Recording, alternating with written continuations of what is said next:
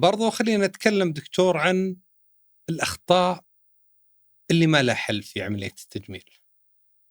والله شوف، هو كل مكان، يعني أعطيك مثال، مثلا عمليات الأنف دائما، يعني في أمثلة كثيرة، يعني ناس مشاهير سووا عمليات الأنف وحياتهم اتدمرت، صح؟ عمليات مثلا شد الجفون، في نسبة 1 يمكن في 1000 لو جاء نزيف خلف العين ترى ممكن ينتهي بعمى دائم، فممكن تفقد البصر. نعم. شد الوجه، لو العصب اللي يغذي الوجه انقص أو إيه. تأثر ممكن يجي لك في شلل جزئي في الوجه. عشان كذا أنت في البداية كنت تتكلم عن الأنف وعمليات إيه، تجميل لأن هذه الأنف. عمليات لابد اختيارك صح، والشخص اللي يقوم بها يعني إنسان. مم. مع أنه تصور أشهر جراح في الغدد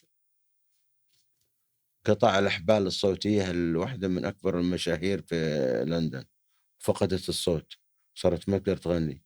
ترى أم كلثوم رفضت العملية وماتت عشان خوف من قطع الأحبال، العصب اللي يغذي الأحبال الصوتية.